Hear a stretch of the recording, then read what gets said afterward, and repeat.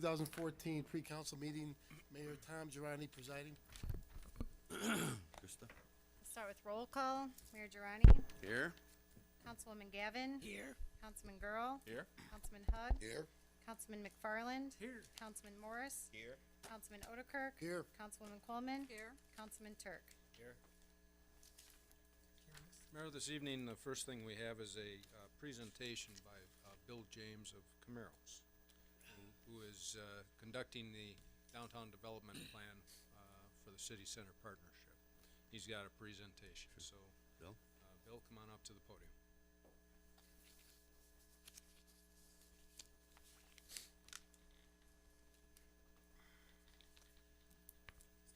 Thank you, Jim. This is working, right? It is. My name is Bill James. I'm a principal consultant with Camaros Limited, and we've been retained to prepare the city center plan. Pam and Kendall asked me to come tonight and to brief you on the plan and to give you an update where we're at with it and what is going on. So that is the nature of my presentation. Specifically, we're going to talk about three things.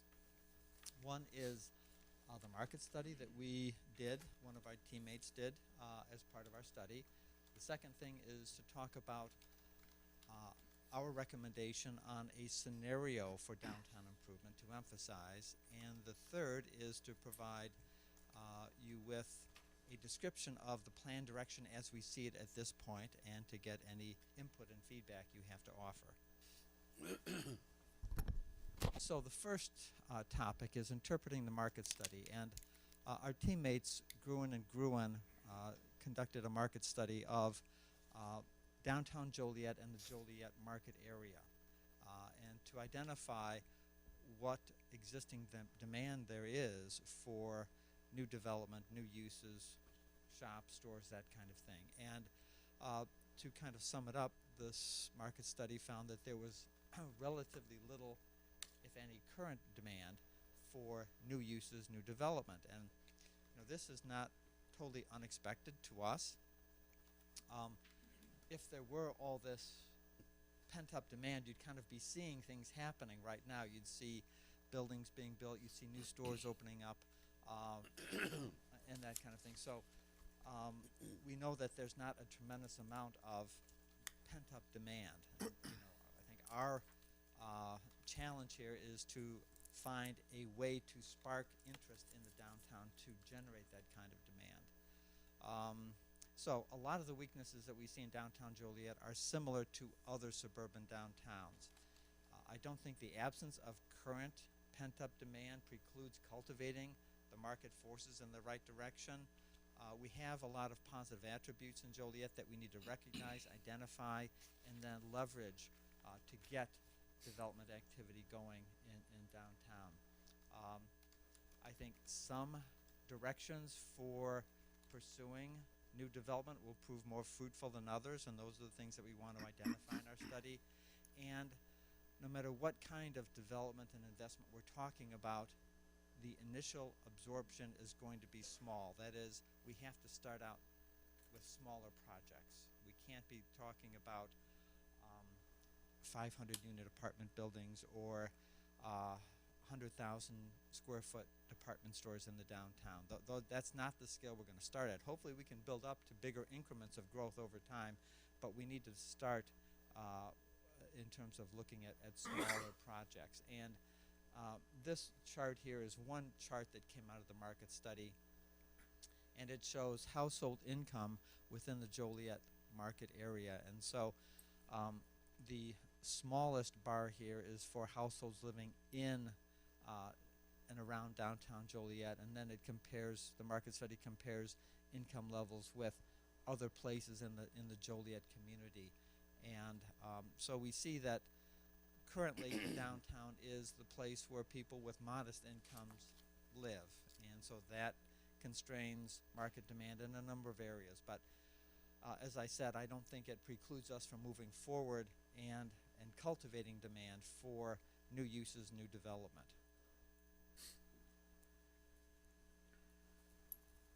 Okay, so specifically, the market study looked at various use types, development types, and identified what market there was for these development types. And Camiros' interpretation of the market study is listed here. So we see residential, that there is some potential in focused submarkets. Okay, there are certain types of residential that we think have potential for investment, for new development.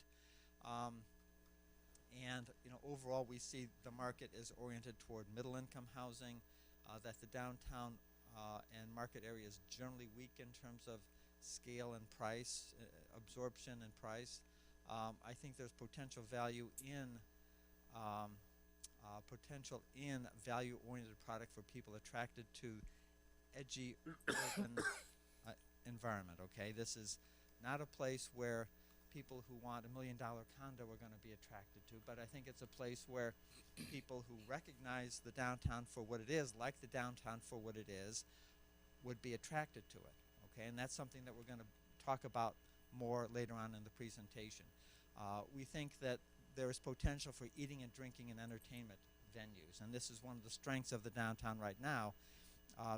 Joliet is a place that attracts people from a wide area to come to downtown for entertainment venues in particular, but also it has some good restaurants, some good bars, and this is something that we recognize as a strength, and it's something that we need to leverage and build upon. There is not yet a critical mass in place that puts downtown Joliet on the map as a real strong destination. It's mostly event-oriented. When there's a performance in downtown Joliet, you get big crowds coming here. And one reason for that is downtown Joliet and Joliet in general can and does function as a sub-regional center. Okay, there is not another urban area or city of Joliet size anywhere in the vicinity. So in terms of the southwest metro area, downtown Joliet can serve as this sub-regional center and attract people from a 10, 15-mile radius to come to Joliet for these kinds of things. We think that there's a need for a coordinated effort to promote downtown Joliet as this entertainment, eating, and drinking venue, and that we can build this critical mass that we need to really make it self-sustaining. We think success in the residential market will boost these uses. To the degree that we can get more people living in downtown Joliet, you're going to have this background of activity of market that will support specifically the eating and drinking establishments that are down there. Two other components to talk about: general retail. The market study suggests that there's very limited potential for general retail stores, specifically shopping-oriented kinds of uses. Right now, downtown Joliet is not a place that people think of to go shopping. There are very few shops and stores in the downtown, and I think growth in that area will come over time as more people move to downtown Joliet, and you have eating and drinking establishments that provide this background of activity and slowly ramp up that component of the market. Also, professional offices. The market study suggested that there's limited short-term potential for new office development. So we have office buildings in the downtown that have vacancy. Those are going to be the places that get filled up first before any new conversion of empty buildings is undertaken to create kind of loft office, or specifically any new construction of new buildings for office development. I think that is further down the road. Now we have obviously a nice government core, but over the course of the last few years we've had kind of a decrease in professional office, as a lot of the attorneys and other kinds of professionals who used to make downtown Joliet their place of business have moved to peripheral locations. So we've probably had a net decrease in professional office occupancy over the last 10 years. So that's kind of a snapshot of what the market study says and what we as Camiros think about that market study. So our process of plan making has a big focus on scenario development. That is, what's really going to work in downtown Joliet to move it forward, to create new investment, to bring more people to downtown Joliet. What's really going to work? And that's what we call a scenario, which is a downtown improvement proposition defined by a series of related future events connected to a central concept. And you know, we're going to offer a scenario to you, so that'll kind of tie in with our definition of what is a scenario. And so scenarios are actually driven by these development prototypes. And this would be a type of use, a type of development project or investment project in real estate that represents kind of a key private sector investment that drives the scenario. So if you have a scenario, you need these development prototypes, these development types to drive that scenario. And what we think can actually work, our target scenario is to make downtown Joliet a mecca for young adults. Places for them to live, places for them to go out at night, places for them to play, recreate. We think that this has a good connection to the downtown's strengths right now. And these strengths or attributes are that the downtown offers significant entertainment and cultural events. You have young people right now coming from long distances to come to downtown Joliet for the entertainment, for the bar scene that's here. The downtown has this kind of edgy character that's not a problem for young adults, okay? Things that might turn off older people are not going to turn off the young adults. So we think that the edginess of downtown Joliet, and people talk about safety, and I would prefer to call it edginess, that's not going to be as big a problem for young adults wanting a hip place to live. We see this mecca for young adults as being exclusively a rental market to start out with. So there's no long-term commitment that the young adults need to make in downtown Joliet. They can just decide to move there, see how they like it, and maybe they'll end up living there for 5 years. Maybe they'll end up deciding to buy a condo there after 5 years, and this can develop into something more than just a place for young adults to live. We think the college presence that's here already with Joliet Junior College and with help me out here, St. Francis, they already bring a lot of young people to downtown. There's activity already with the colleges.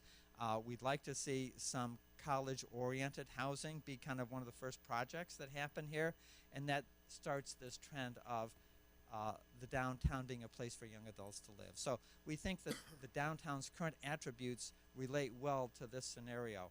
We also think it relates well to the market forces that are in play. Young adults look for low-rent space, and there's a lot of empty space in downtown Joliet that we think could be converted to residential use at a fairly low cost. I think the low cost also aligns with perhaps lower quality product. People who are established in the professional life are going to want nicer places, and that's probably not the first thing that's going to happen in downtown Joliet. So we're going to have value-oriented renters who can easily move into places that are converted at a relatively low cost and be okay with the kind of product that they have there. There's a lot of low-cost space suitable. The scenario can start small and grow over time, so you can have people who take a chance on a conversion of a building for 10, 12, 16 units. That's not a big project. You can have people, investors who will want to do that, take a chance and see how it works, and if they're right, you know what, they've got in at a low cost basis, and that property becomes more valuable over time. So we also see that the development type is not really that attractive to what we would call production builders, people who want to do large quantities of product at one time. I think for special cases, special buildings, where everything aligns right, yes, you could get somebody who wants to do 150 units or more. But I think that'll be fairly rare, especially to start out with. So having a range of building stock that can play into this start small kind of situation, I think, is very favorable. And I also think the competitive alignment is favorable. And by that I mean there aren't many other places that offer what downtown Joliet has. Okay, downtown Joliet is a city. It's not a suburban downtown. It's got a lot more activity. It's got some anchors, okay, in the Rialto, in the Historic Museum, in these kinds of places that other downtowns just don't have. It also has this urban character that young people are going to find more attractive than, for example, downtown Mokina, okay? So I think downtown Joliet is the only game in town in the whole southwest suburban region for young adults who want this kind of edgy urban character. So what are the development prototypes that we're looking at? What kinds of projects do we want to begin to cultivate and to get going? And so it would be the conversion of existing commercial or office buildings to residential use. And we also think that this college and university sponsored student housing could be a good early project to kind of get this scenario off the ground. We think that once this begins to happen, there will be future spin-off developments that will take place because the area is made more fertile for other kinds of uses. So we think additional eating and drinking establishments and entertainment venues will be one of the things that happens. We'll get more of those once we get young adults living in the downtown. There'll be demand for retail and service uses as well. Some stores, some shops opening up. And I think down the road there's the potential for ownership housing, particularly as these younger people live in the downtown for a while. There's the chance that many of them will want to invest in property in the downtown. There'll be an ownership market. And also, as you get other uses developing, the downtown will just become a richer place, a more happening place, and you'll get the potential for other types of people besides young adults wanting to live in the downtown. Now, there's the need for public improvements. This isn't going to happen just because there's a potential for it to happen. If one believes that the real estate market is a rational market like all markets are supposed to be, things are not happening for a reason. That's because you can't make money doing these projects right now in downtown Joliet. There's just a small little sliver of potential for these projects. However, if we make some changes to the downtown, there's the potential for a lot more of this to happen because the downtown will be more attractive to the people we're trying to attract to it. So things that could make the downtown more fertile for investment would be the expansion of the educational facilities,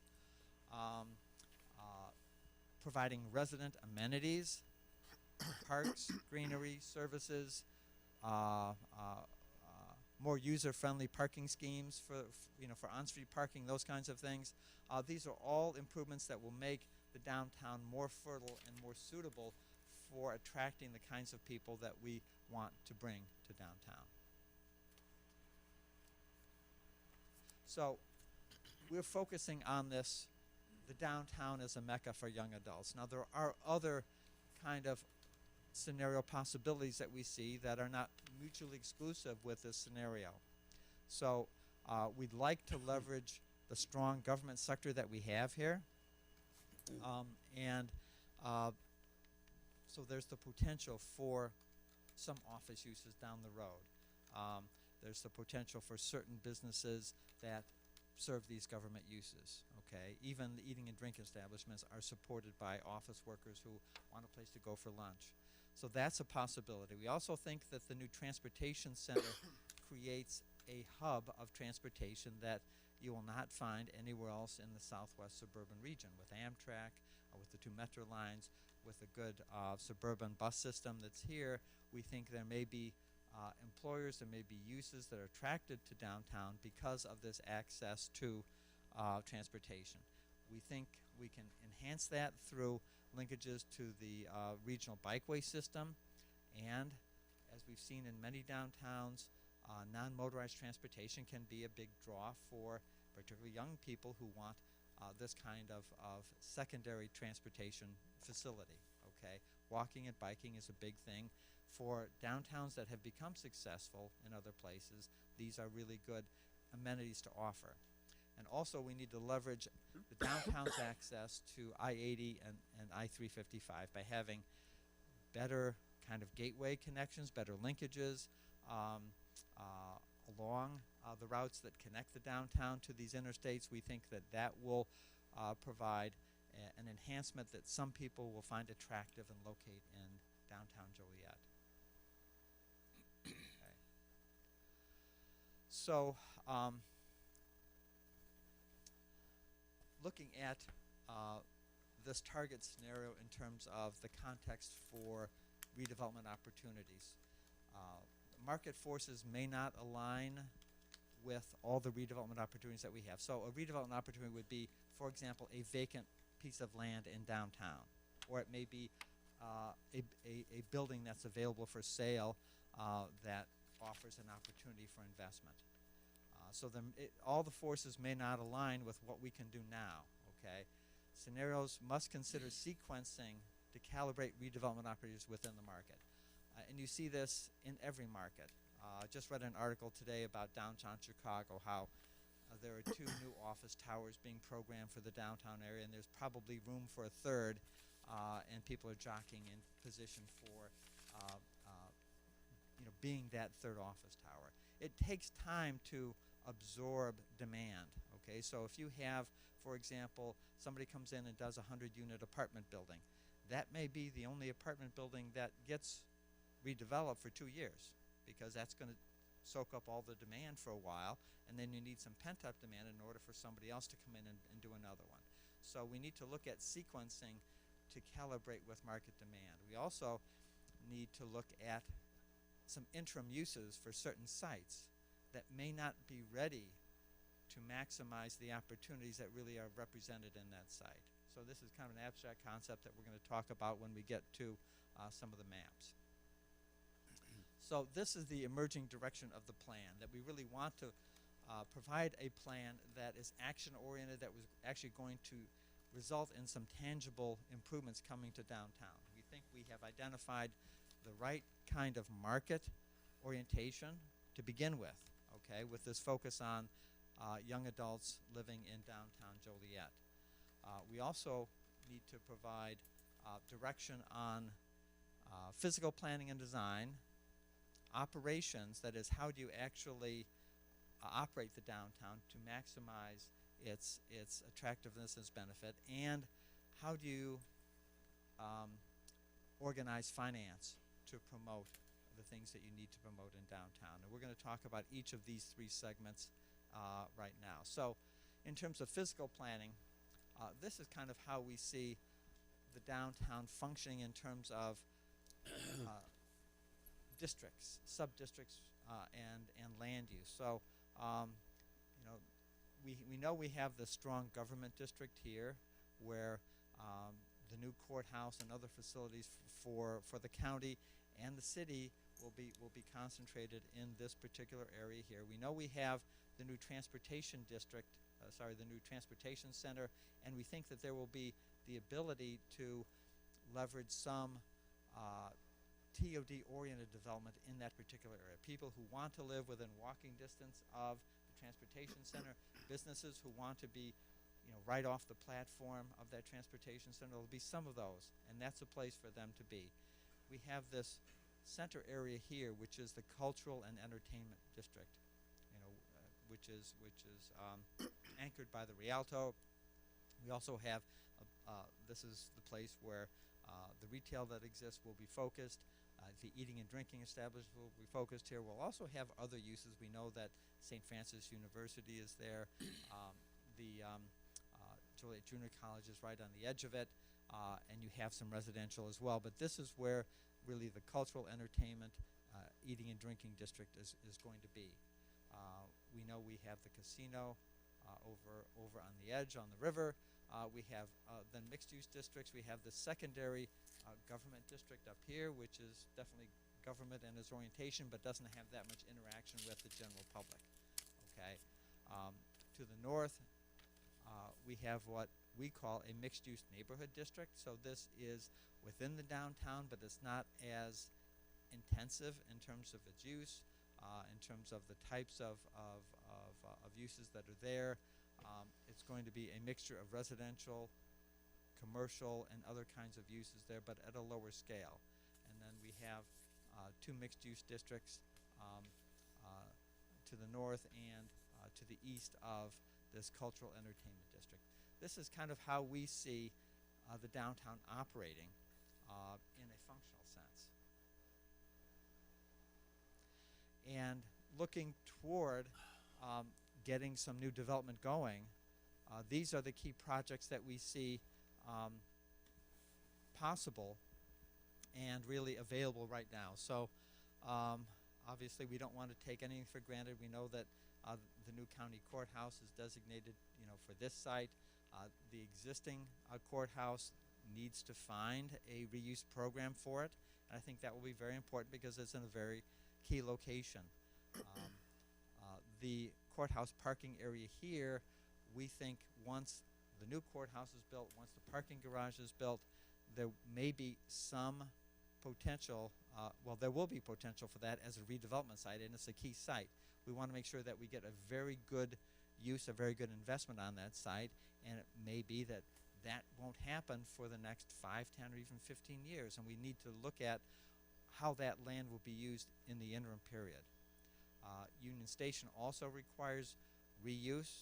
We understand that probably this is going to be a public reuse program for that building, but it does need to have investment and become a productive part of downtown. So those are all uses that are lined up on the south side of Jefferson Street.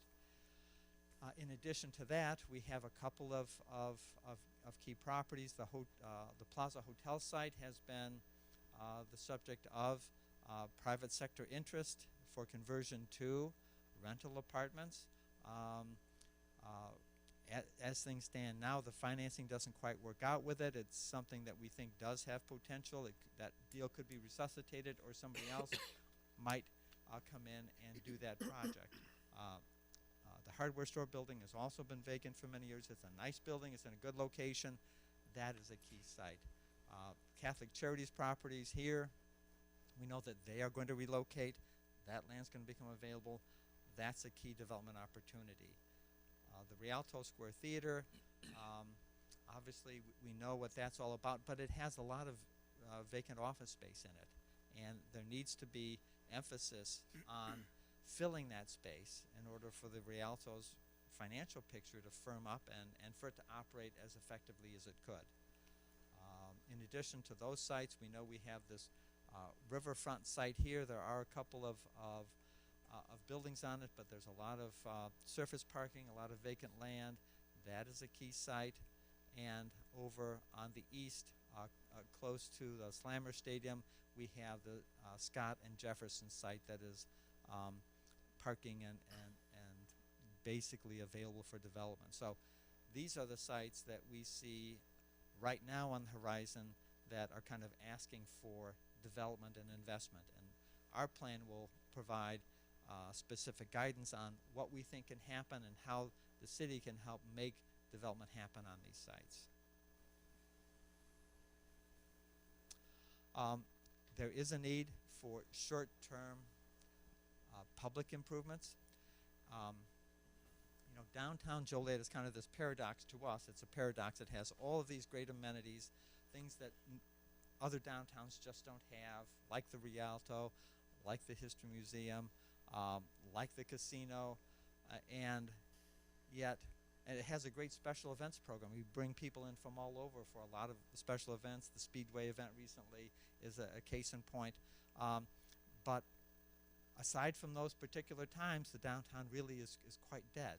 And so it's a place with all this potential, all these amenities, but it operates at a pretty low level. People say at 6 o'clock there's nobody there.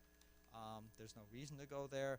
And so we think that there's a major perception problem that is holding the downtown back. And the best way to overcome that perception problem is to actually change the downtown in ways that people can really see that it's changed and improved. So we think the short-term public improvement program that we have identified here is a key way to do that. It will make the downtown more attractive for the people that we want to bring there, and will also help in terms of public relations to make people realize that downtown is changing. there are about 4 or 5 things here that are on this agenda. The first and probably most important improvement is the Chicago Street connection, to make Chicago Street connect from north to south between Jefferson and the railroad tracks, Jefferson and Washington Street.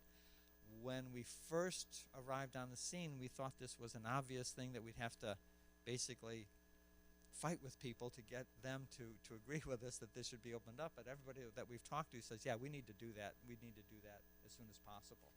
So really that would be kind of number one on our recommendations of improvements to make to the downtown to show people that it's changed.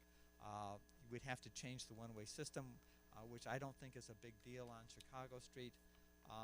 We do show Chicago Street reconfiguration as another separate project. So the design of Chicago Street as it is now really reflects a concept of really a 1970s origin of kind of a curvy street with a lot of trees on it, and portions of it are one way. We think that that should all change. It should go back, not exactly to what it was, but it should go back to an urban street. A street with activity, a street that has cars going up and down it. It's the center of the downtown, and it should have the feel of the center of downtown. We have actually some recommendations now from our transportation subconsultant, Charlier and Associates, for alternative cross-section designs, for how many lanes should be there, what kind of parking should be there, and we're going to be talking with your staff and your transportation and engineering people on how they react to these alternatives. And then our plan will recommend a specific cross-section design, and we can begin to move forward on opening up Chicago Street and changing the Chicago Street configuration. So those are two very important public improvements. The third would be what we call the downtown square. This is an idea that is not ours, but we learned about it. We wholeheartedly agree that the downtown needs a green space or a park or an open space, a kind of focal point, an open space focal point for people to gravitate to. And this is a place that you can have events at. When you have the Speedway celebrations, this can be the place where people go and really focus on. We also think that it should be a place that supports the new downtown residents that we want to have. A place where people can walk their dog, where they can throw frisbee. So there should be some open space there as well. So the design of that is important, but we think that is something that again we should get in the program and the pipeline to actually get that going. And we know that the county is ready to cooperate and move their facilities out of the building that's there. I believe that there's even some kind of agreement that's being worked up to give the city the title to the property. So this is something that can be implemented in the short term. And then two other items. This parking lot here, we think that when the county building is built, when their parking structure is built and they have parking to serve their new courthouse building, that there should be some interim use that's put in place on that site. Now that would just be a placeholder for future development, but the worst thing that could happen would be for a low-level development to go into that site and make it harder to get the kind of major anchor that you need there. And we think that a number of things could be possible here. We think, there's been talk of perhaps a university that wants to have a satellite campus in a place like Joliet. That this would be a perfect site for them. There could be a transportation-oriented office, retail, residential building that's 15 stories tall that could go in there to take advantage of the transportation center that's right next door. These are examples of major anchors that we should be looking at, and that should be the kind of goal we have for that site, rather than a lower level use, a 1 or 2 story building with a lot of parking. So a placeholder use would be great for that site, and some open space I think would be a great way to provide an interim amenity for the downtown and still preserve that for the kind of anchor development that it really is warranted for that site. And then the last improvement on our map here is a regional bikeway link. We think that this side of the Des Plaines River should be programmed for a bikeway connection to the regional bikeway system, both to the north and the south, and that would be something that we can then tie into and provide lateral connections into the downtown and get people moving from the neighborhoods into the downtown via bicycle.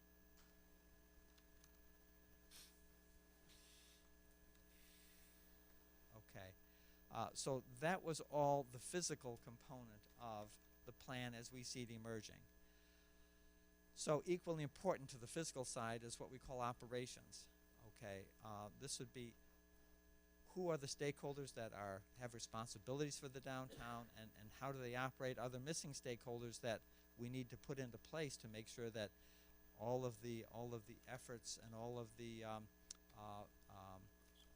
brain power that we need for the downtown is in place? So in terms of maintenance and cleanliness, we think that there is a gap here. We think the downtown in certain places looks like it's untended, like nobody's really mindful of how it looks, taking care of it. That helps contribute to the negative perception, the negative image of the downtown. And we think that the City Center Partnership would be a good stakeholder to take this over, to use SSA funds to contract with a private firm to pick up the garbage, make sure the garbage is picked up, to plant flowers, to water flowers, make the downtown look like it's well tended. Okay, simple thing, but it's not being done now. We also think that a new entity is needed for the downtown that we call a nonprofit development group. This would be a 501c3 organization that can serve a key function in terms of promoting development in the downtown.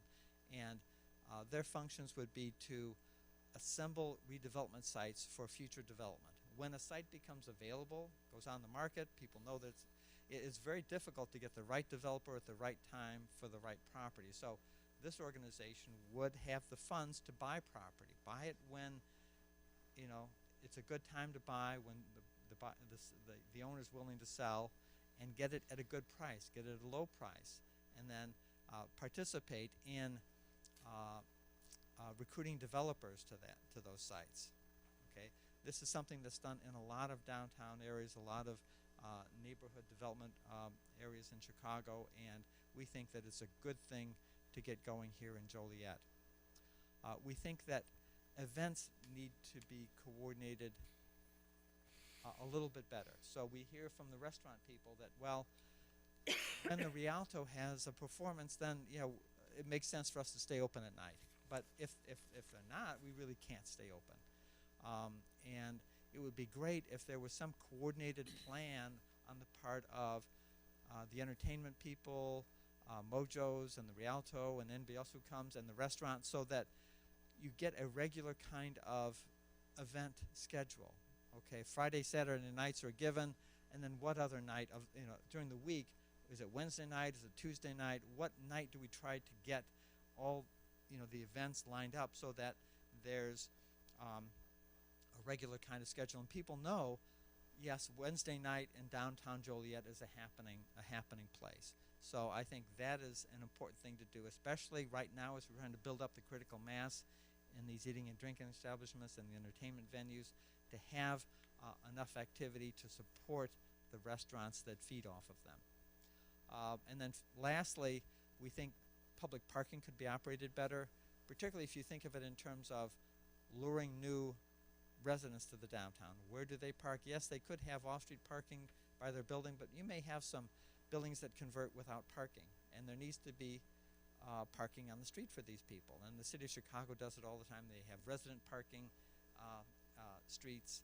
They have parking where you don't get a ticket until after 9 o'clock in the morning. So we need to develop a particular plan for parking in the downtown, for public parking in the downtown, that fits the kind of uses and the people we want to attract, and consider having a special enforcement staff that really knows what the game plan is for parking downtown, that it's not all about giving parking tickets, but facilitating people to use the downtown more effectively. And that that is our presentation. That's kind of where we see the downtown headed at this point in time.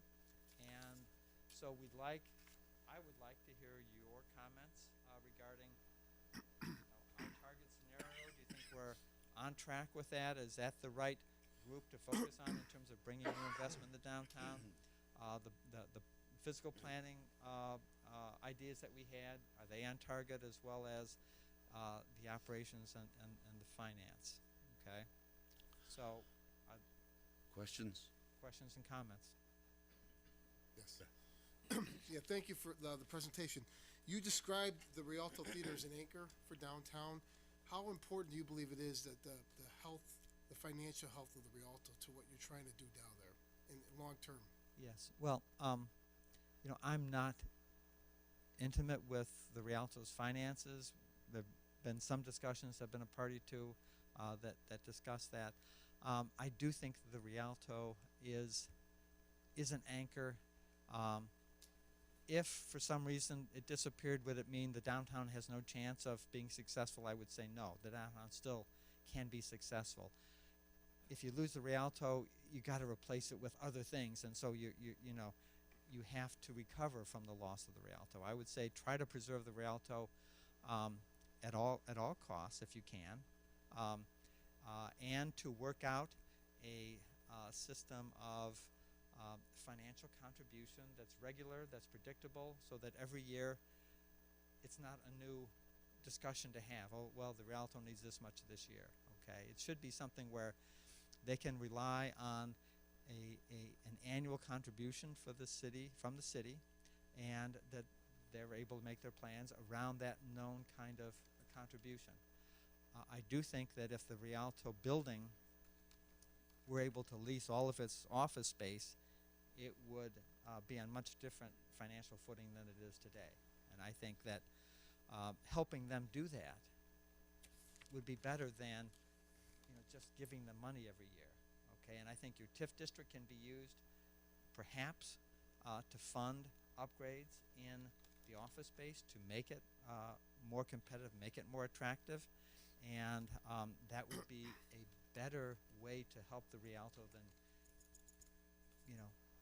deciding how much money to give them every year.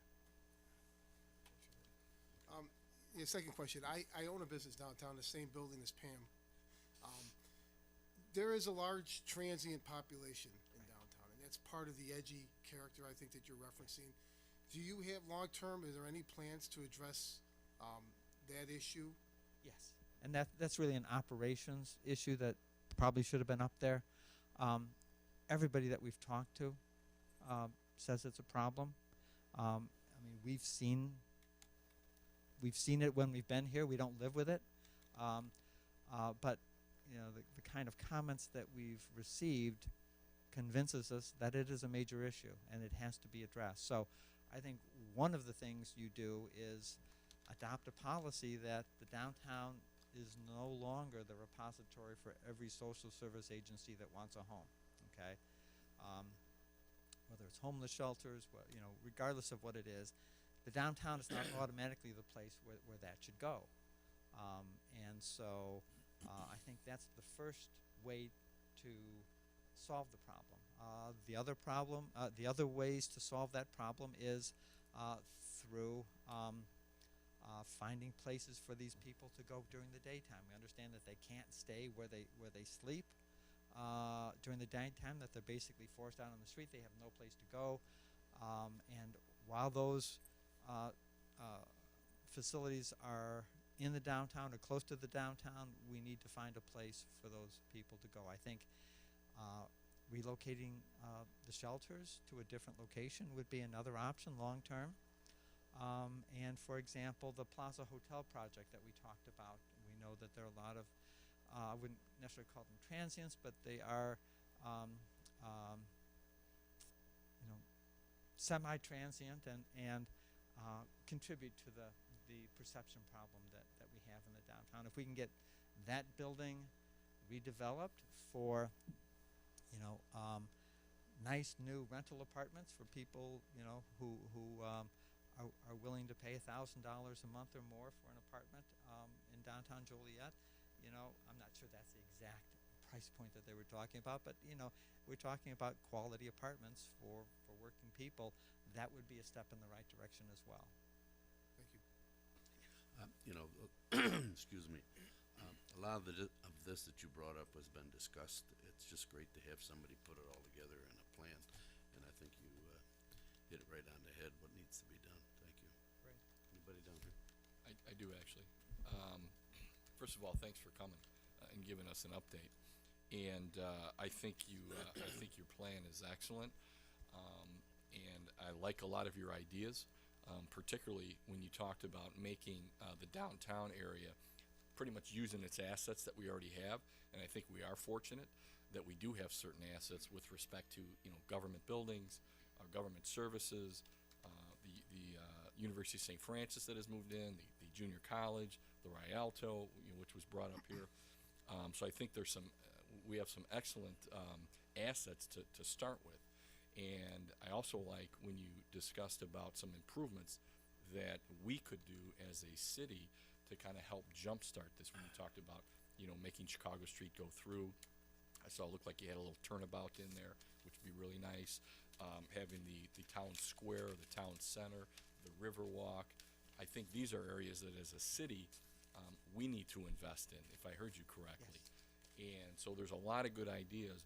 I also like your idea about the making it a kind of a destination or a living place for college students, for young people, because we do have the University of St. Francis, Joliet Junior College, and I think young people bring a certain vitality to an area. So I think that's another great idea. Here's my question, with all that said. Who's the point person to make that happen? Camaras gave us a great plan that we have to follow, but like any plan, it has to be implemented. You had mentioned a 501c3, kind of a nonprofit development group, that maybe has to be created with business people here in the city of Joliet that basically reports to the city council, or is appointed by the city council. I'm not quite sure. I'm sure you've dealt with that before. But I think in order to implement some of these good ideas, for example, you talk about college housing. Somebody has to be the point person to make I don't think University of St. Francis or junior college are gonna drop a gift in our lap and build a 100-unit dormitory in downtown Joliet. That deal has to be put together, and it probably has to be a combination of private investment, city investment, possibly some investment by the university. But someone's got to put that together, or some entity's got to put that together. Is that our staff that's putting that together? Is that this 501c3 that you envision that's putting that together? But someone has to do this. Someone has to basically go out to the marketplace and say, hey, we have a building here that could be redeveloped into a retail facility, or a mixed-use housing facility, something that's gonna make a big impact on our city. But I think unless we've got a great plan, and I commend you for it, but who, and maybe this question is for Jim Hawk, maybe it's for you. I know we've got some members of the City Center Partnership are here, but we need a point person. You talk about your event coordinator. I think that's a great idea, but that would be a point person to kind of coordinate events with. I know Joliet Chamber puts on some nice events, the City Center Partnership puts on some nice events, but to have someone coordinating all that within the city and maybe have additional events, I think would be a great investment. It might be a great person to have on staff, but we need someone who's going to coordinate and implement this plan, or I guarantee you it won't get done. So I don't know if you have any thoughts on that. Well, I do, and it's great to have a singular point person, but Maybe it's a group. Maybe it's it this board is. you're talking It about. is. It is what I would call the stakeholders. Okay, so it's a combination of the City of Joliet, City Center Partnership, and the 501c3 that I spoke about, each having their well-defined role to carry this out. Okay, I think in any successful downtown, the city has to kind of be front and center. We have to lead. You have to lead, and you don't necessarily have to be the point person, but you need that commitment. You need the political will to do it. You need to provide a certain amount of funding for the downtown, and you have to have the interest, and to make sure that probably Jim Hawk is the guy to do this, to make sure that the stakeholder group is the right team in place, that they're doing their job, that he knows what's going on and can report all of that to you. Okay. And I think that's a good point. I think we need somebody here, and maybe it's our city manager, it probably is, or some of his staff or economic development people that are going to have to be kind of bring all these various stakeholders together to put a deal together. I think you make a great point on Chicago Street, assuming that Chicago Street is able to, to go through. Chicago Street could be Joliet's LaSalle Street. I mean, if we do it right. But I think we need someone here at the city or an organization that's going to tie all these things together. And I just don't want to see a great plan like you've put together, sit on the shelf somewhere and not be acted upon. Well, in our plan, we will address this operations question. We just kind of told you the direction that we were headed, and we will put more meat on the bones, so to speak. Great. And we're going to talk with the stakeholders, talk with Jim. It should never be Jim's responsibility to put a real estate deal together, okay? But that he knows that somebody is in the stakeholder group has that role, responsibility, and is doing it, okay? That's kind of what you need. That the city knows that all the stakeholders are in place, they know their roles, and they're capable of performing those roles. Great. Thank you, and thanks again for giving us the update. Mr. James, well, first I would say with our budget discussions looming, this might be an opportunity to focus on the budget on a specialized, considering the hiring of a specialized economic development director who would in fact do much of what you're describing from the city side, and then answer to Mr. Hawk as well as the council. So I want to thank you for the presentation. It was informative. As the mayor indicated, a lot of this has already been discussed before, so you've kind of put a lasso around it and tied it all together and tried to put it in a bag. There's a couple of new options here. Councilman Girl was asking about the actual nuts and bolts of moving forward and what kind of structure. So I'm going to ask the other obvious question is, at some point during this consultancy, can we put together, I mean, you seem to prioritize in that one slide with those 10 projects for development. We've all discussed connecting Chicago Street. So can we get some ballparks on what it would cost to actually make this happen, to address what Councilman Girl said, and that's not letting it go on a shelf? Yes, absolutely. Okay. I mean, our next step on that, I just got our transportation's consultants' recommendations on options for cross-section designs. We're going to talk with Pam and with Kendall and your engineers and figure out which option is the best one, and then we can put a ballpark number on it and begin to work that into your budget discussions. And Mr. James, my understanding that your advice on this might be in the direction of some years back the city chose to put together, you've kind of described it as 70s, these narrow streets, more I guess intimate, and you're talking about returning to what they were before that, which was on-street parking. And that's something we've discussed throughout the city. Folks have discussed getting back to on-street parking because there is limited and much of it's 15 minutes. Are you talking about at some point during this plan of returning to that urban style? Definitely returning to an urban style street. I would not say that at this point in time, and I don't think any of our options talk about a cross-section that was exactly the cross-section that you had back in 1965, for example. Okay, I think there does need to be a more pedestrian space than you had back then. I'm not sure that we need 4 lanes of moving traffic, taking 40,000 cars through the downtown, every day. So I think it's going to be an urban street that has the amenities that people want today, and that would include parking. I think you have to have some parking on Chicago Street. And also, too, it seems like you would be leaning away from, or leaning towards, however you look at it, developing it over time so that we have a minimal amount of confusing one-way streets. Absolutely. I think the one-way streets also were in vogue back in the 70s and basically provided people with easy escape routes out of the downtown instead of We don't want making that. it, you know, instead of serving the uses here, it made it easy to get out.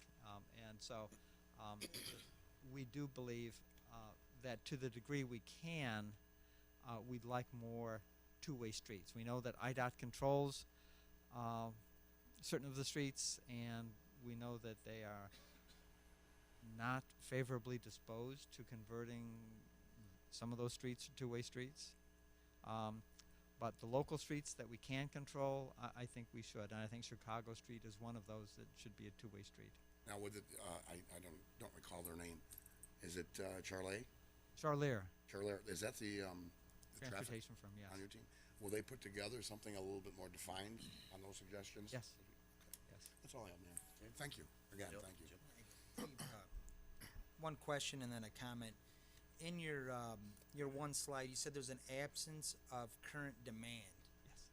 but it does not mean we cannot cultivate. Right. What, we kind of went through some of the things. Why is there an absence of demand currently? Okay. We talk about the anchors, is the casino. We talk about the Rialto, the museum, the two universities, and some of your improvements. What is missing? What's that void? Is it housing? We talk a lot about housing. What is that void? And what is it that we need to do to start cultivating?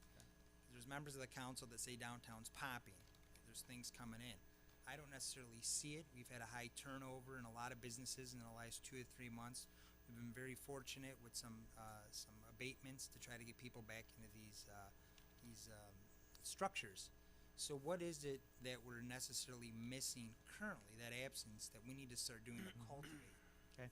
Well, it really depends on what kind of use or development type you're talking about. Each use requires kind of a different set of circumstances in order to thrive. So when you look at the residential development type or the use, what's missing here are, number one, resident amenities. There's no green space in the downtown. There's, access to parks is you have to travel some distance away. Frankly, there's not a real good supply. There's not a lot of variety in terms of apartments. If you wanted to rent an apartment in downtown, there aren't that many options. So part of the absence of demand is because when you look historically at what's been happening in the downtown, there's not that much development activity. If you were to look over the course of 10 years, how many new apartment units have been built in the downtown? Probably in 10 years, I don't know if there are any. So that, to a market person, that suggests that there's no demand because it's not happening. Okay, I think that there's the potential to cultivate that demand based on the factors that I talked about. And so if we, for example, were to build that downtown square, okay, and design it right so that it becomes an amenity for people who live downtown, that is going to help stimulate the developers to come in and do some apartment conversions to convert vacant office space to residential apartments. And for example, the bikeway connection would be another example of things that of improvement that would make the area more desirable, will cultivate the demand for that type of use. Okay, for office space, it becomes a little harder. Okay, because the trend has been to locate office space around interstate interchange, locations. So we'd have to kind of probe deeper in terms of how we can turn that around. One way would be if the downtown can become an area that's right off the expressway, right off I-80, for example. It takes 5 minutes to get from I-80 to your office space in downtown, and there's this link that is just a natural link. You're going from, you're intended to go from the State Street interchange to downtown to your office space. that kind of connection, to enhance that connection, would be one way to stimulate potential demand for office space in the downtown. So you have to look at what would make the end user want to locate in the downtown. What would make people want to live in the downtown? What would make, if you are a business owner, you're going to find new office space, why would you choose downtown Joliet? Why would your employees want to come to downtown Joliet? When you answer those questions, then that's the recipe for cultivating demand in those development types. Gotcha. So housing is the key component to the Well, I think housing is the development type that aligns best with what the downtown has to offer now. Gotcha. Got it. My second question is, and maybe this is for staff or mayor or somebody, you know, we're excited. We keep talking about University of St. Francis, and they delivered on their project. They have two great projects downtown. We talked about the junior college and their project. I believe it was a $54 million shell they put downtown. Beautiful building. It's been sitting, collecting dust now for about 6 months. I read in the local media that they're going out for a bond of $45 million. I believe they approved it to do an expansion of a field house out on the main campus and maybe some potential addition in Romeoville. I guess my concern is, what is the commitment to get the build out in City Center Junior College's building? I mean, I see that they're looking at expanding main campus Romeoville. We're waiting potentially for the dollars from the state, which could be after the lame duck session in Springfield, possibly 2016. I think we as a city need to meet with the junior college officials and get a firm commitment of when that building's going to be built out and we can start seeing the fruits of our taxpayer dollars in that facility. Because right now we keep talking about it and hanging our hat on it, but I see no action or any movement at that facility other than the fact that it's collecting dust.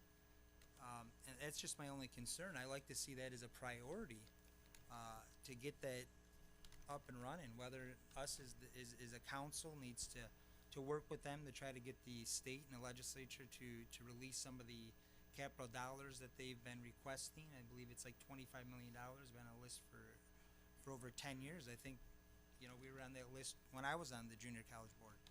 But I think it's a key priority, and we keep talking about that to make sure that development goes through and funded sooner than later. Because this report and what we're talking about is this edgy, you know, individual coming down here, and I think it's key that we see that project goes through. I couldn't agree more that the Joliet Junior College facility needs to be developed to its fullest in order to contribute to the downtown's development. And I think it's a great building that they built there. It definitely is attention-getting.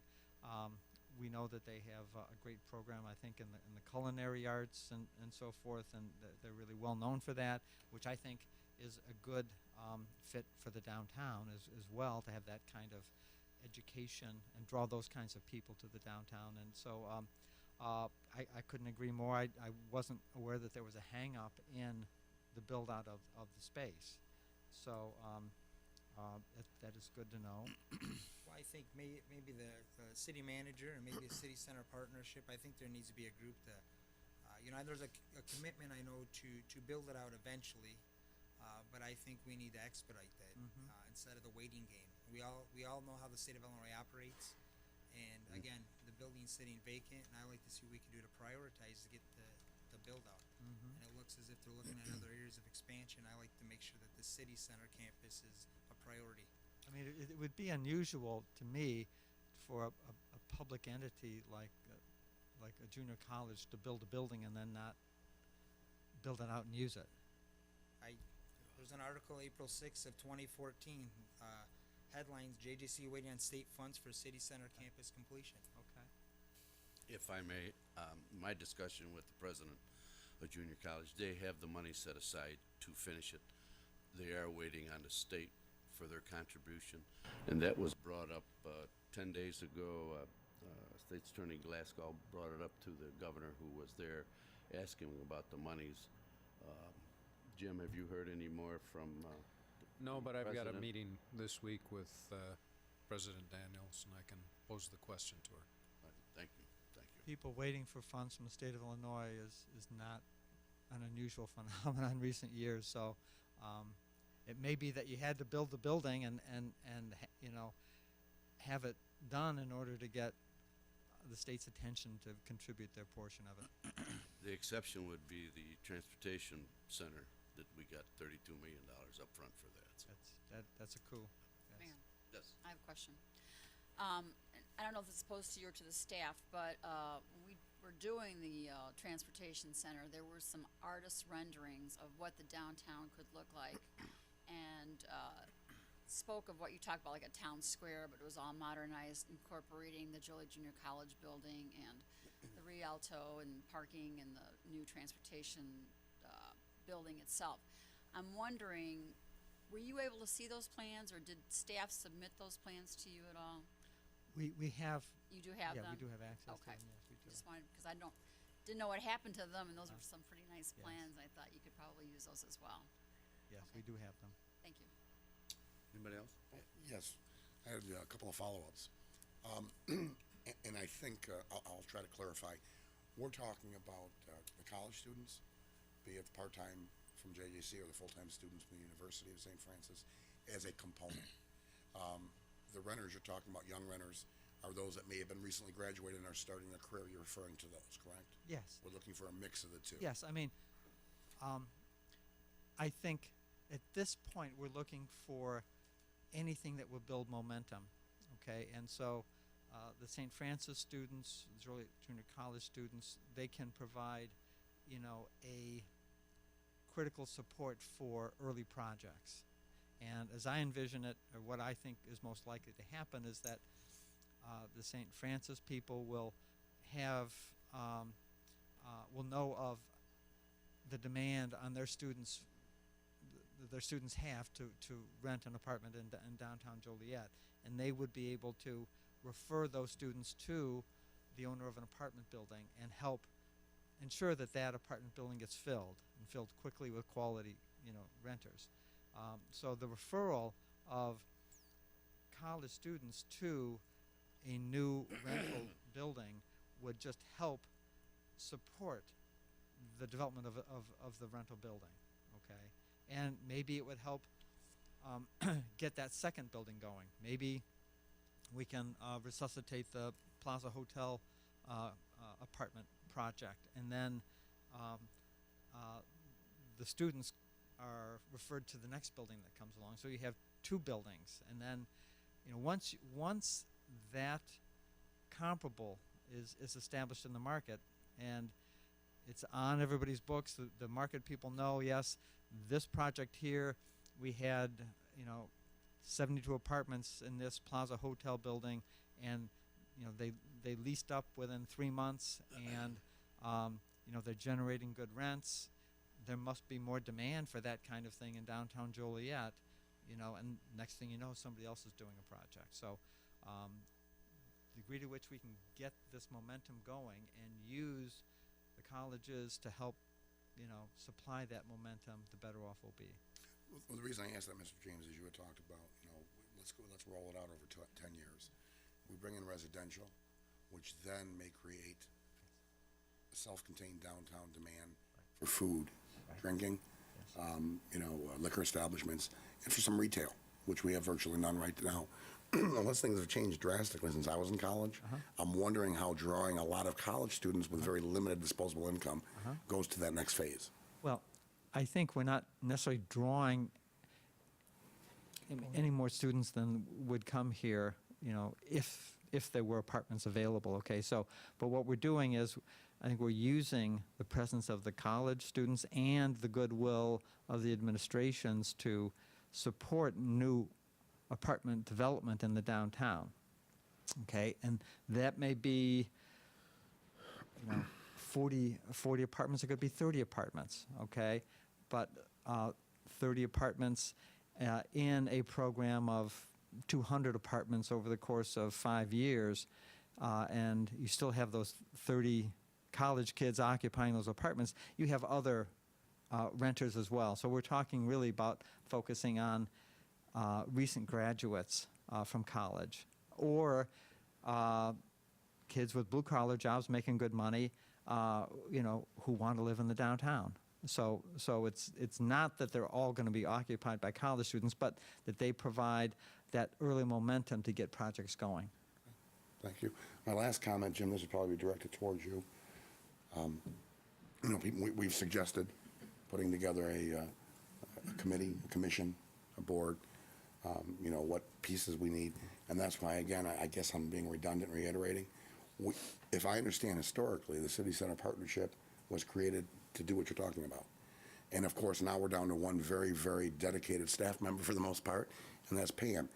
I can't say it enough. We've got to get a professional economic development director on the city side that can work with Pam, and we can fill in this committee you're talking about in between those two folks, is how I look at it. You're up for that, right, Pam? Anybody else? Thanks, Bill. Thank you. Thank you very much. Thanks.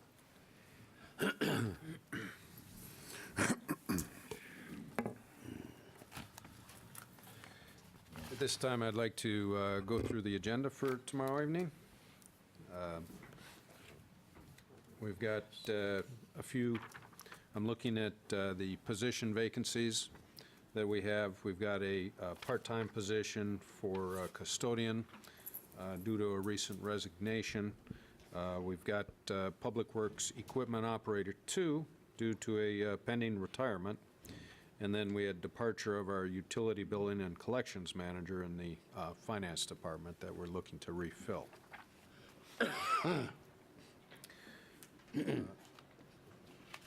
Item 468 is a zoning board of appeals petition.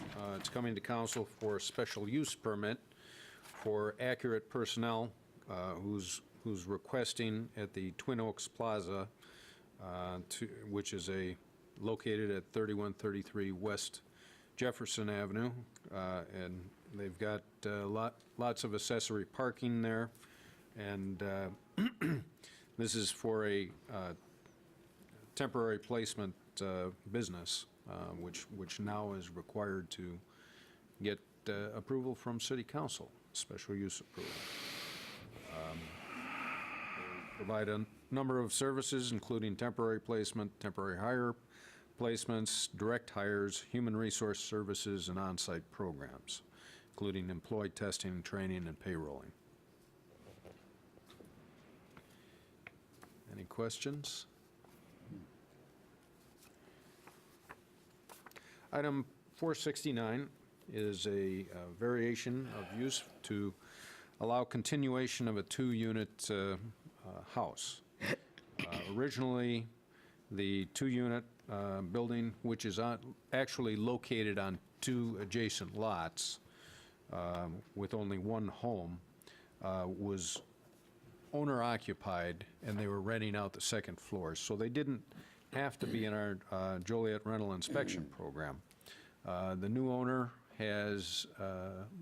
wants to create two rental units there. Neighborhood Services went through the building, and they resolved all of the issues as part of the renovation program that they completed, and there's adequate parking for this property and the rear of the property there. The vacant lot that's located to the south will remain vacant as a condition of approval for this proposed variation. Questions? Jim? I'm sorry. I'd like to speak on that. Sure. John Sheridan. Thank you for the opportunity, Mr. Mayor, City Council. I sent you folks a email on September 11th. I attended the zoning conference, or the zoning hearing in this room here. CNC, Cunningham Neighborhood Council, we're against absentee landlords. We live in that area. We see what goes on. Our other facilitators like Georgine Williams, you've heard her at our meetings, complain about the rental units in her neighborhood, the problems she's had. The Hickory Street area, the Broadway area, We've had problems in that area up to Elizabeth Street. You've heard those complaints when you've attended our meetings. You yourselves set up the Broadway, the Greenway project to take care of the east side of that street, cleaning up some of those properties that were deteriorated over the years. This unit happens to be in pretty good shape, but again, it's a person out of town with no skin in the game, doesn't live in a neighborhood, and is going to be a 2-unit. First of all, the report you were given by the city staff is misleading. This was not an R3. This was related living in that unit, and it wasn't an inspection program because it wasn't legal, in the sense that it wasn't set up, they weren't paying dual bills for, city services, et cetera, et cetera. So you were being gypped over the years from that unit, but it was not an R3. You're asking for an R3 today, not a continuation of an R3. So we need to clarify that. Also, the Broadway situation where you turned down a garage that wanted to become a parking lot for used cars. You turned that down because of Route 66 coming into your city. Well, if you come into Route 66 and you look at some of those houses on Broadway, we still have a problem with them. I mentioned in that email the project or the house next to the towing company. If you go up further next to the Rivals Park where that Haunted Trails is, you'll see some other rental property in that block that's being deteriorated. Again, I've lived there since 1962 in that neighborhood. I've seen that area. I ride my bike. I run the streets.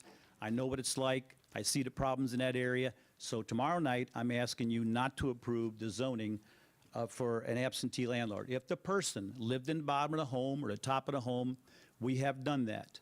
We have not protested against an R3 because the landlord's there to see what's happening. It's their property, and they're more in tune with the situation. They make good landlords because they're taking care of the property themselves.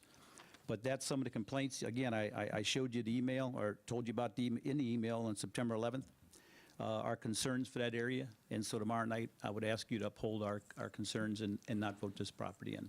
Question. Yes, sir. You says that was not an R3. Yes, sir. I was sat through the zoning, and it was testified to that it was related living. So when it's related living, and you want to sell that unit, and you want it to become a two rental unit, you want to convert it over, you have to then apply for the R3. So it wasn't like the property was R3, and they are correct that when the landlord lives in the bottom unit or the top unit, you don't have to go through the city's rental inspection program. That's a true statement. But when they leave on a related living situation, it was never an R3. It was an R2, getting by without participating and paying their fair share in the city taxes and services. The reason I asked, because I believe in your statement later, you said you wouldn't object to continuation of an R3. Did I No, hear you meaning wrong? if the landlord lived in the property, and he was a part of the unit, upstairs or down, he's going to take care of the property. I wouldn't care if it became a 2-unit. Okay?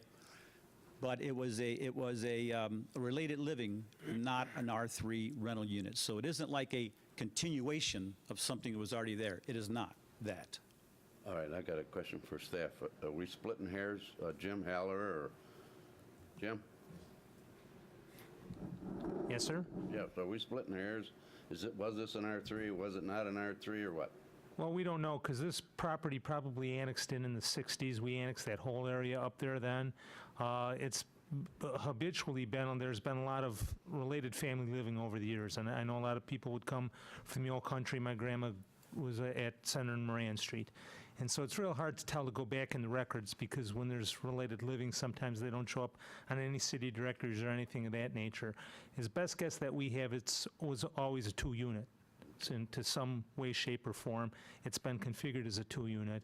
But again, it wasn't on the rental inspection program, which started in 1986 because there was, the owner lived on the property. Okay. All right, thank you. But if it's an official R3, you are paying the services of the city for sewer and water, trash removal, et cetera. So, Okay. I have a Blair? question. Blair? Clarify for me, I don't know, Jim. I understood that this unit had already been sold to the new owner, or is it contingent on getting this the sale is a contingent? No, the new owner bought the property, and his understanding when he bought it was that it could be used this way. And when he got his permits from the city and we saw the layout, we noted that it wasn't, part of our rental inspection program.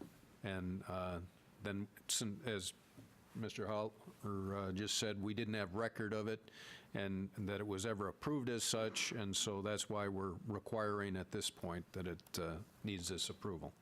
And he's come forward with this application. So we are officially creating an R3 for it, for the first time that we can identify in the records. Well, it is a special use, and with the condition, see, the vacant lot right next door is already split off, and it could be built on.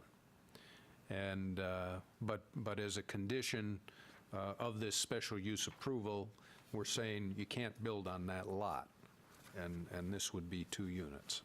Because, Mr. Sheridan, I understand what you're saying about the absentee landlords, and we certainly have a problem in many portions of the city with that. But the sale's already been done, and I don't know the individual or whoever who bought it, and there's no chance of getting this individual. I believe they lived in Bolingbrook. He lives in Bolingbrook, and he has investment property in Bolingbrook, so he's coming to Joliet now. But that was brought up at the hearing, at the zoning board hearing, and when you're an investor in real estate property, Real Estate 101 have a contingency on what you're buying. Now, he bought this property and signed the affidavit here and turned it into the city that he wants to convert the building into a 2-unit.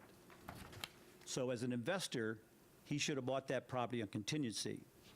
He can still sell that property to a related family that city seems to approve as okay. That's my question. That's my question.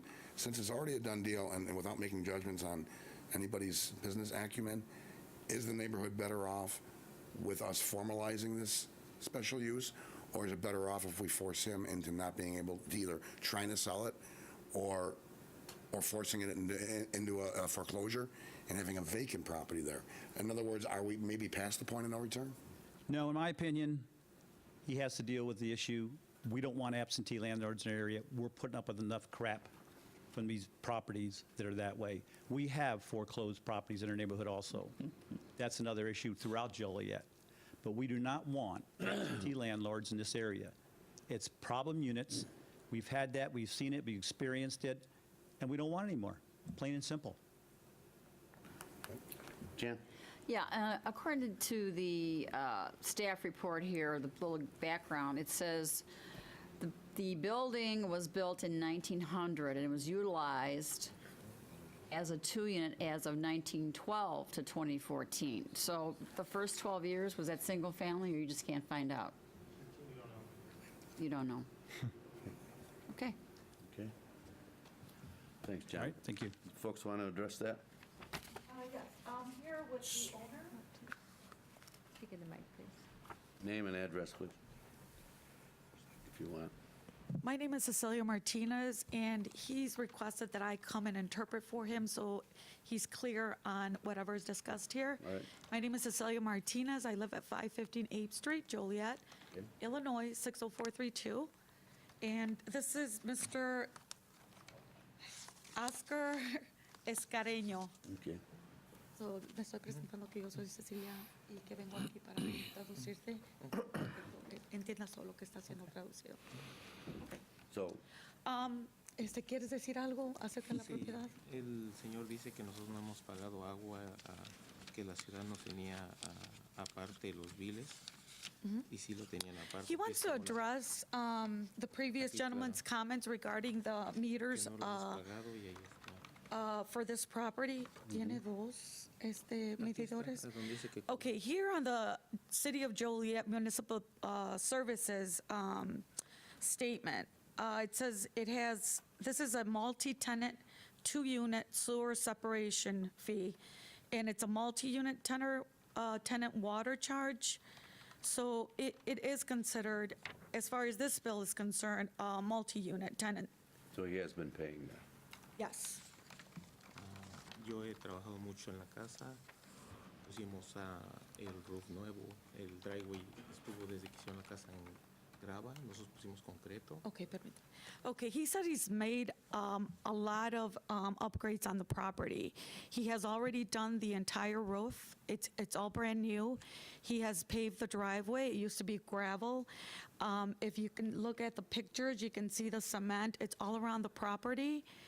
I'll give him- El área central lo puse nuevo también, no tenía área central, lo puse nuevo. The property did not have central air or heat, and that has been installed already too.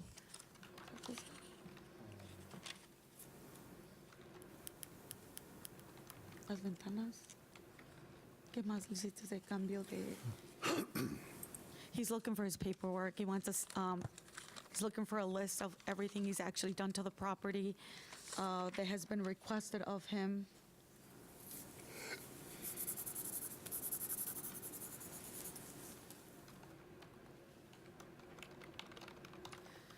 The property also had a problem with the water entering and flooding the basement.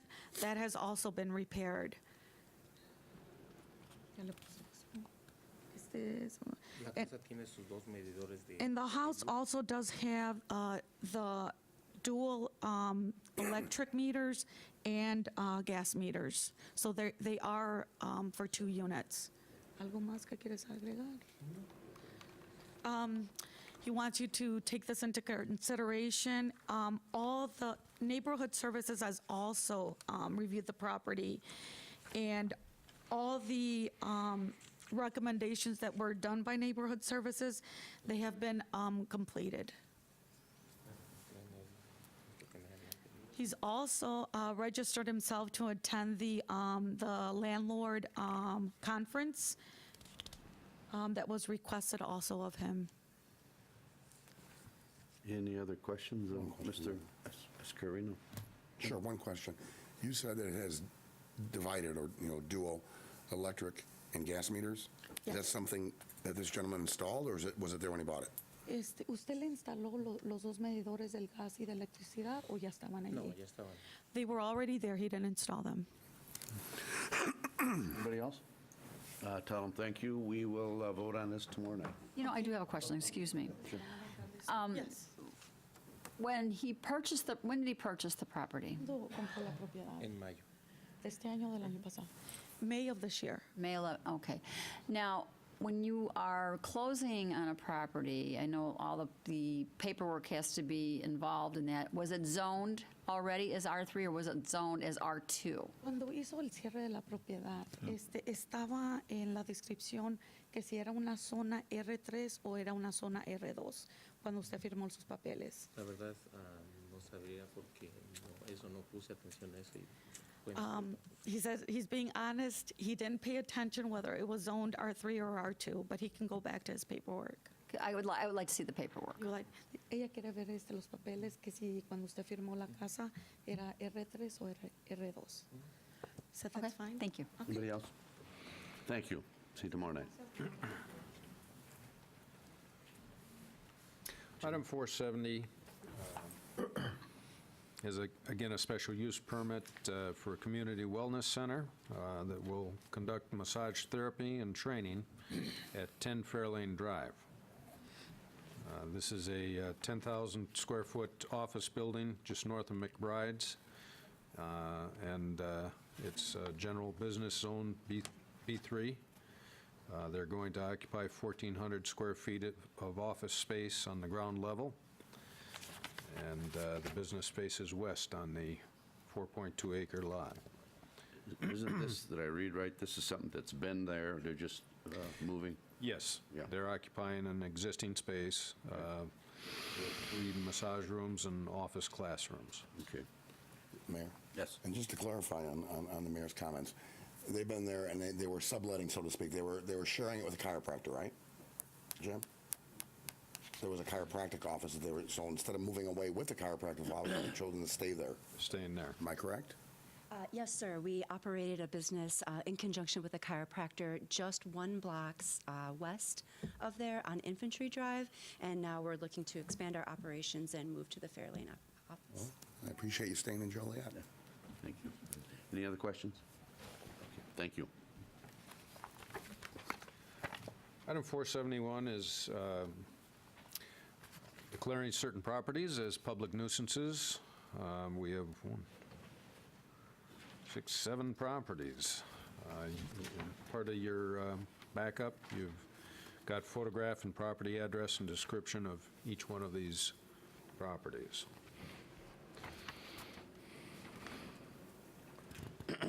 Questions? Yes. Just for clarification for the residents that watch, because it's been quite a while since we explained it, we do this quite a bit. Once we declare a public nuisance, we essentially condemn it, correct? It's the first step. And the goal of the city is to get compliance with some of the code violations, building violations within the residents, and it's to get their attention. So that, because they potentially, if we actually do go through condemnation, they could lose the property. And when it happens, do any of these ever make it into the neighborhood stabilization program? I'm sure they do. Jim, would you have an answer to that? It's kind of a parallel process, so it's possible that they could somehow get back, but most of the time not. Most of the time, these do not go to demolition. We had compliance from the owners or a subsequent buyer, but no, it's usually 2 parallel paths, and NSP programs not being funded right now. It's out of, so most likely not. Oh, so it's not being funded now? I don't think there's a new program. I think they're just running through whatever kind of revenues are left in the program. Right. Do we not use CDBG funds for our neighborhood stabilization? We could, but usually, again, legal department would have to be the ones. Usually, the authority we get from the court is to either, if we don't get compliance from the owner, is usually they give us the ability to demolish. I don't think we have the ability through the court of law to say, well, we're not going to go through demolishing it. The city's going to take it and fix it up. Jeff, I don't know if we have that option or not. I don't think we do.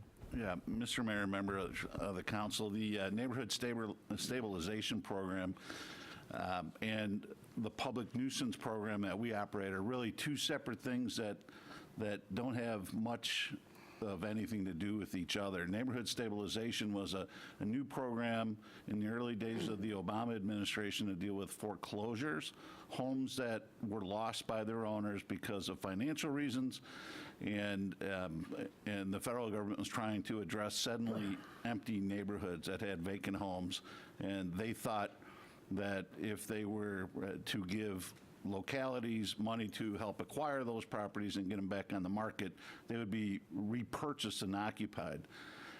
So that was a foreclosure program. The public nuisance program that we operate is a process that the council traditionally has requested when we've come across a problem property that may be owner-occupied, may be tenant-occupied, but has some sort of code enforcement issue, whether it be structural or housekeeping. And we've tried through neighborhood services to get code enforcement compliance. We've been unsuccessful, and so the next step is to escalate the legal game and to bring them into chancery court so a judge could order the property to come into compliance through either court-ordered, owner-conducted repairs or demolition of the property if repair is not feasible. 99 out of 100 times the city does not come into ownership of the property. Ownership either stays with the owner because repairs were made, or the home because it's just too damaged to be economically repaired is demolished, and you end up with a vacant lot, which then goes back on the marketplace. Thank you. Anybody else? Jim? Item 472 is an ordinance agreement for jurisdictional transfer of Caton Farms Road to the city from the county. This agreement goes back over 10 years, and it took a lot of time for acquiring of the right-of-ways, the improvements that the city required as before we would accept the road, but at this point it has been complete, and we do have an ordinance for this jurisdictional transfer to the city. Questions? I just have a comment on the project. It was out by me in District 1. It was a long project. Yes. came to the completion. It's a beautiful finished job. I want to thank, first of all, a gentleman who's on the county board for District 13, Mark Ferry. We had weed issues and just, all the inconveniences that come with the project. And he stepped up since it was a county project when I had problems with the residents in District 1. And I really want to give him credit during this long process of really being attentive to our shared constituency. And then just to go on the record, we have to look at expanding our Public Works Department. I know this is typically housekeeping. We're taking a beautiful 4-lane highway, curbs and gutters and all, street lights, and we're taking control. And that means maintenance, that means snow plowing. And so I think that was addressed at your committee today, Councilman Turk, Councilman McFarland. But I just wanted to say, we as we take more of these new roads, while the maintenance aspect is down the road, because they're brand new, the plowing's not, and we really need to address our shortages in the Public Works Department to really accommodate these roads as we accept them. Thank you. Item 473 is a ordinance that grants a pipeline crossing easement to JBBR Pipeline. This is a center point development. As you may recall, when we closed Patterson Road, they came in with a project at the northeast corner there at Patterson and Laraway. And what this is going to accommodate is transfer from rail or barge to an underground pipeline of crude oil to be transmitted via this pipeline to the major oil refinery to the south. So along the way, there are 3 crossings of city roads, and so an agreement has been prepared to make sure that the city is indemnified and that they have appropriate insurance. It's in accordance with our ordinances and applicable state and federal laws, along with outlining the restoration of the affected roadways as well. I believe Mr. Hanson is here this evening representing the applicant, if you have any questions. Any questions? I have one. I don't know if it's for Jeff or Mr. Hanson. When you say indemnify, should something happen like Romeoville had a problem several years ago with the pipeline, should it happen at these intersections, once we give the special use, will they also pay for in that situation, whether it's themselves or their insurance carrier, will they pay for all of our police responding, all of our fire in something that's created by their pipeline, Jeff? Yeah, anything that's has to do with a claim or any expenses we incur from anything that affects our roadway, yes, we would have a valid claim. Okay, thank you. Jim?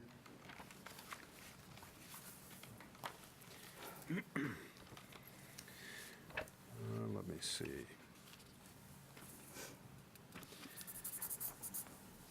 We have a application, or rather, item.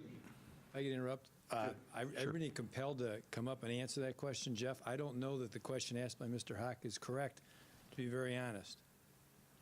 Well, we can make it more clear, but actually I understand that, and I know I don't want to argue against my client, but on the other hand, I don't believe in the agreement that you and I have reached. I don't think that that's in there. it's any loss, damage, or claim, but we could broaden the language, because I think it's a fair point if there's a secondary response. I think we better discuss that tomorrow. Because, I mean, in all honesty, that's not addressed. And I don't want to give you the impression that it is addressed or not, to be very, you know what I'm saying? So you and Jeff can take care of that. So we'll talk about it tomorrow. Okay. Well, thank you. I just wanted to be very clear, be clear with everybody. Mike? Okay. What is covered? Well, just your basic, if there's I thought where Mr. Hugg was going was if there's that accident, and the road blows up, you know what I mean, and there's damage, then that's covered by a liability policy. But this is what I would call consequential damages, and costs that are over and above, these types of things. And generally, it's really a matter of negotiation, number one. Number two, a lot of those times, those types of damages or costs, et cetera, aren't covered by insurance policies. You see what I mean? Right. So whereas I understand and respect Mr. Hugg's question on behalf of the city, I would also respectfully say that that's really not addressed in the agreement, Jeff. Well, we'll tighten it up, but it has a standard, any such loss, injury, or damage due to the construction, maintenance, restoration, operation, replacement, or repair. So I would say any financial loss suffered by the city because of the pipeline's operations, any loss, whether it be Well, whatever, I think direct loss to our property because it's been damaged by some operation of the pipeline, or a financial loss because of the loss of the use of the roadway, or a loss that was caused by our requirement to intervene and make a repair that actually this document would require you to make. Well, I So- think it's going to depend on the insurance policy, number one. Well, no, the indemnification is completely separate than the Well, the insurance. indemnification's from the named party, this, It's a fair point, and if, we'll talk about it tomorrow. I just didn't want to let it go by and have the council think that it was addressed when I don't think it's necessarily addressed. So we'll work on it and have it by tomorrow. All right, thanks. Thank you. Thank you. Item 474 is a recommendation from the Land Use Committee. They had a discussion at their recent meeting due to input from, I'm sorry, maybe Councilman McFarland can remind me where the recommendation came from. The Mayor's Citizens Advisory Committee on Disabilities. Right. Thank you. And so the recommendation from the Land Use Committee is coming forward to increase the fines for, from $250 to $500 if you're illegally parking in handicap parking places. Chief, I got a question. I know you, like everyone, you're shorthanded. What can we do to make sure this is implemented? Well, in the past, we've had a volunteer program that worked in conjunction with our traffic department, and the volunteers would go out and they would spot for us in the handicap spots, and if they noticed a violation, they would call the traffic officer they were assigned to work with that day, and we would go out and write the ticket. Unfortunately, in the past 2 years, 2 of our key volunteers in that capacity have passed away.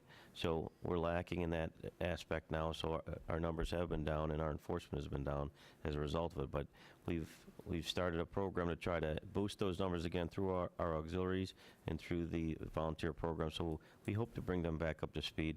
So if this passes, maybe the additional enforcement and partnering with our community along with the fines will help free up some of these handicap places. Thanks, Chief. Mayor, Jim. I would like to add, I did ride along on a couple of those spotters back a few years back, and we were trying to implement something then. The problem with writing the tickets is when the hearing takes place.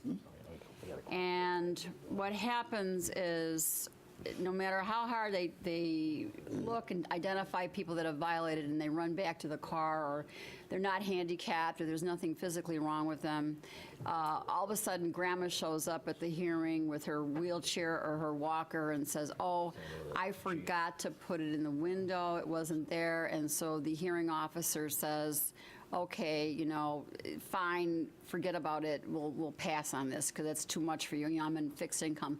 And I can appreciate all that, but 9 times out of 10, the violators are physically able people that are using grandma's car or using grandma's placard, and it's not in the car, and it's nowhere to be found. And those are the types of tickets that were being written at the time because I was a witness to them. But then again, like I said, when they went to the hearing, the hardship stories came about because they didn't want their granddaughter or grandson or whoever to get the ticket. So that's part of the problem there. And again, we're short-staffed and the volunteer program is gone. I was riding with what's her, Lonnie, the last name? Lonnie Hamilton? Yes.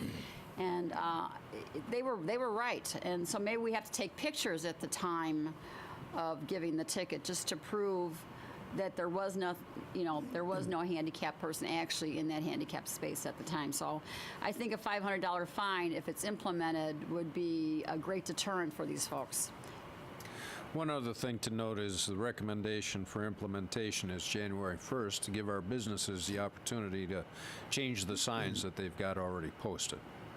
And that by that time, maybe the chief can come back with some kind of recommendation on how it's going to be implemented. Absolutely. Thank you. Mayor? Just to echo a little bit of what Councilwoman Quillen mentioned, I think that's where the discussion went. The issue that folks were not having a problem with $250, And I think that's why Councilwoman Gavin says, we need some teeth in this fine, and that's why it's going up to $500, because we are short-staffed, we don't have the spotters, so we want to make sure that those folks that are caught, and remind the public, if you do see somebody parking illegally in a handicap spot, to call our police, and an officer will be dispatched. So that's why it's going to the $500, to put some teeth in it, and hopefully our Joliet residents will know that Joliet is not a community that accepts handicap parking violators. Agreed. Okay. But again, it goes back to the hearing. Jim? We've got a couple of resolutions. Item 476 is a supplemental resolution appropriating funds for our pavement marking program. 477 is a approval. This is a federal requirement, just to show that the jurisdictional responsibility belongs to the city, and it's a pre-planning obligation with the Joliet Job Corps Center. So it's something that we do every year that they have to provide as far as eligibility for federal funding. And then the third item was in response to a supporting the Joliet Park District referendum. And since I've been here, there hasn't been any issue before council in terms of, we've done legislative support, but never an issue that goes to the public. And the feedback I've already received from some council members is that there's a preference to take this off the agenda tomorrow and maybe have a representative from the Park District here just to explain what the issue is all about and educate the public. So if that's the consensus, that's what we'll do. Jim, can I ask why this was put on the agenda, if this isn't something we normally do? I think somebody contacted the mayor's office. Jim says this is something that we haven't done since he's been here. Yeah. But we supported the junior college referendum. We supported the Joliet Township High School referendum. So it's been done in the past. It just has not been done since Jim has been here. And How did it get on? I was contacted by Terry Darcy, discussed this. He says he's sorry that he didn't contact me, and they would like the support of the council for this. I put it on the agenda, and after discussion with some of the council people, we're going to have the members of the Park District present their program tomorrow night, and then this council will decide whether or not it'll be on the agenda in the second meeting in October.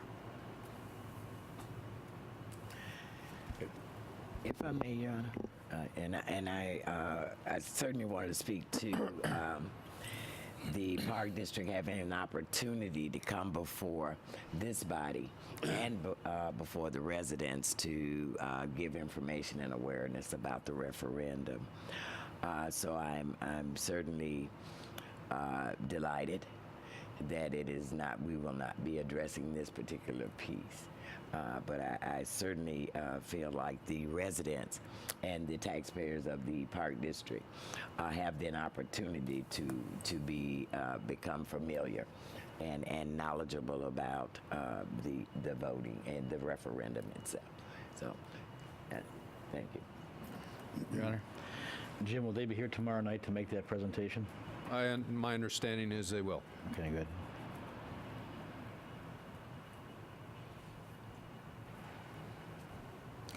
If there isn't anything else, we have award of contracts and amendments, change orders, and payments that were reviewed by Public Service Committee, but I do want to point out a couple of things, and that is that items 480 and 481 are the DCEO grants that we're receiving to put LED lighting and additional fixtures in both our garages here in the downtown.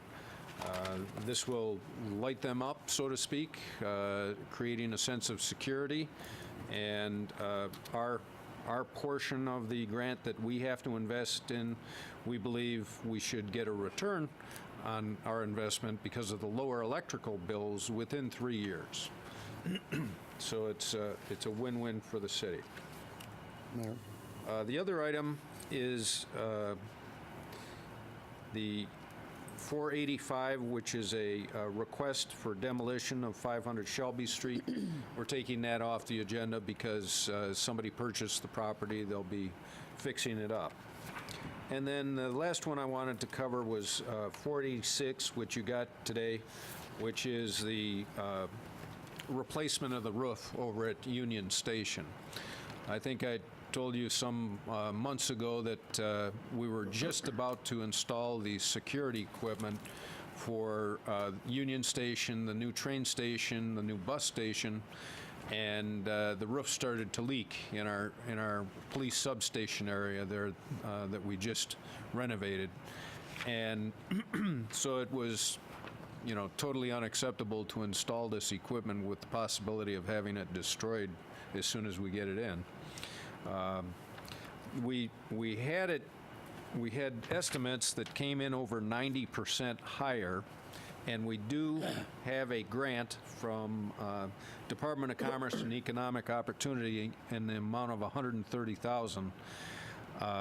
But the bids came in at over $416,000. And so what we've decided to do, or what we're recommending to Mayor and Council, is to seek your 2/3 approval just to get proposals on the paver section for the walkway on the north side of the building there. And this will then repair the area, and we can install the security equipment. The second phase, in order to be eligible for that $130,000 grant, we do have to go to bids. So that flat area and peak area that's on the second floor in the springtime will go to bids. In the meantime, we've already made the application for the $130,000. It is, in essence, designated for this already, and so the paperwork will take 3 or 4 months at the state level, and we'll go to bid in the spring for that second phase. So we do have, the project comes to $196,000 just for that lower level, but it is essential for getting that security equipment in place. Your Honor, staff told us in the Public Service Committee meeting that typically roof repairs this late in the season are more costly, and that they feel by putting the other repairs off, as Jim said, to the spring would attract better prices. Do we know if this company has an agreement with the local roofers? Al Marshall? That I don't know. I'd like to know before tomorrow night. Okay, we can do that. We have one citizen to be heard. Not here. Robert Webb. I don't see him. Yeah, real quick. And if we have a request for a quick closed session. I'd like to go in for personnel, please. Is there a motion to go into closed session? So moved. Second. Motion and seconded to go into closed session to discuss personnel, collective bargaining, land acquisition or conveyance pending or threatened litigation, after which meeting will be adjourned. Councilwoman Gavin? Aye. Councilman Girl? Aye. Councilman Hug? Aye. Councilman McFarland? Aye. Councilman Moore? Aye. Councilman Odekirk? Aye. Councilwoman Coleman? Aye. Councilman Turk? Aye. Mayor Durrani? Aye. Motion carried.